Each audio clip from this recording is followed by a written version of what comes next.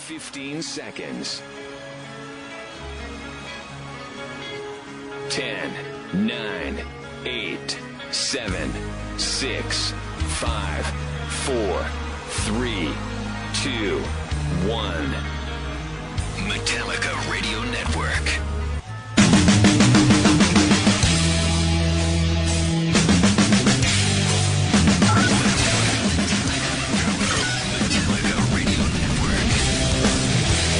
Metallica Radio Network is back on the air, live from Metallica HQ. And now your hosts, Dave Grohl and Taylor Hawkins. All right, we're back here with the Metallica people. Yep. Hi. Hello. Hey, I got a quick question. Capricorn. Okay, you finished a record. You're getting ready to go out on tour for, I don't know, how long? 2 years. You excited? And change. You excited? Yeah. Yeah. That's. I mean, bet. a lot of people that we understand because we're in a band, and so you finish a record. Oh yeah, what's your band? Yeah, what You guys have been on the road 4 years, I hear. Pretty much. And You guys don't have a vehicle? You've just been on the road? Nah, just no lives, really. Yeah, Nothing to come home to. Yeah. Sorrow, sadness, despair. You guys got a demo tape? Yeah, we actually. I knew I'd be the first one to cry.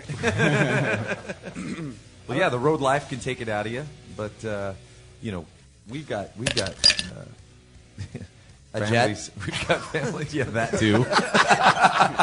We've got a jet, so it's going to be great. A jet. Okay, a jet each, but yeah, Jets. yeah.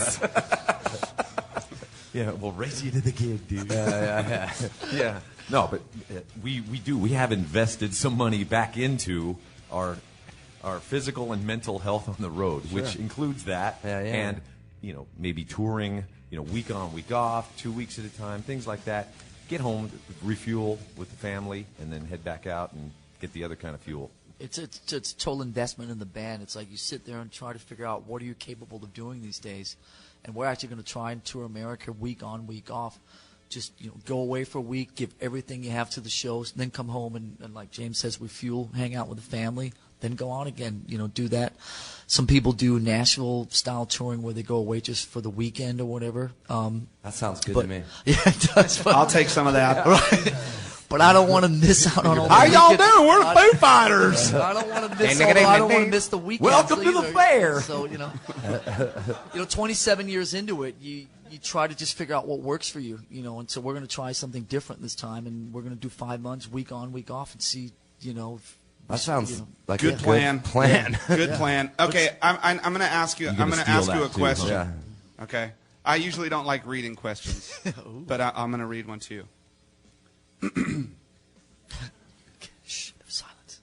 Many see the Black Album as a major turning point in Metallica's direction, a point that encompassed a lot of Metallica's past, but also offered insight into what would lie ahead. Much like Black Sabbath's Volume 4 or Led Zeppelin's 4. I knew that was coming. How would you describe the forthcoming record in terms of where Metallica's been and where it's going? Taylor, this is the ninth. Taylor, can you just read Thank that you. in normal voice so we can understand the Thank question?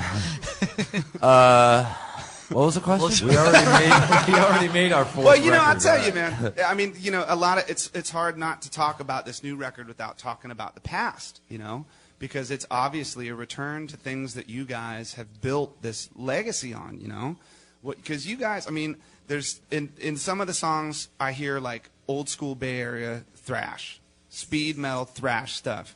There's songs where I hear Trouble, man. Like there's some songs where you hear pieces where it's like, oh man, that's like the first time you heard Injustice for All. Or, oh man, that's like the Rick. first time. I mean, it's Rick. It's all Rick. Rick came in this control room about 2 years ago and sat down and said, listen, after the Injustice for All album, we figured that we were done with that side of Metallica. There was nothing more that we could offer. We couldn't go any faster. We couldn't go any more sideways. We couldn't be more progressive.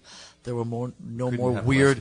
There was no more weird time signatures. It was, so the only thing, that we could do was go back and listen to the AC/DC records and go in a different direction. Right. You know what I mean? And we spent the next 15 years going in as many musical different directions as, Which you as got to we, do we as could. a band. Yeah. As an And artist, you got to do that. And we were fortunate that our fans went with us, and we challenged ourselves, and we went all over the map.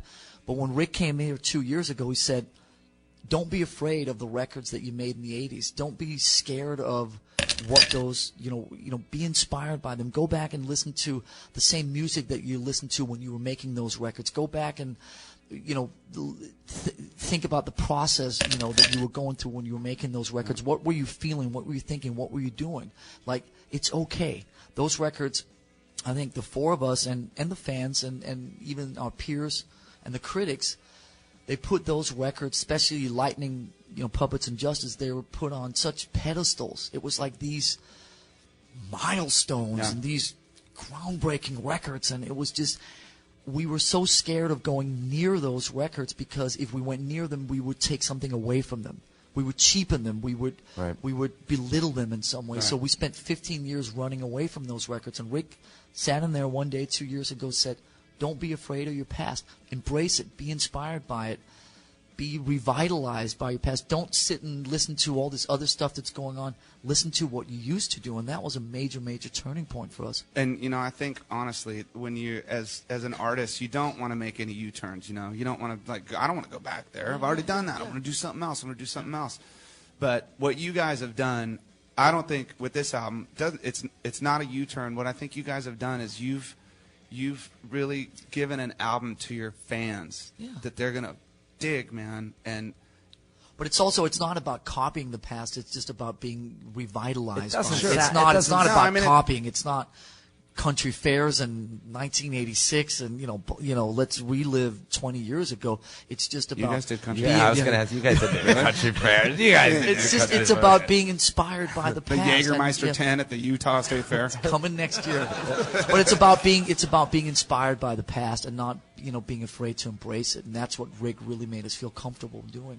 Awesome. I think you guys successfully merged it with the future. With a future sound. I don't think it sounds like, they're trying to sound like Injustice or Masters or anything like that.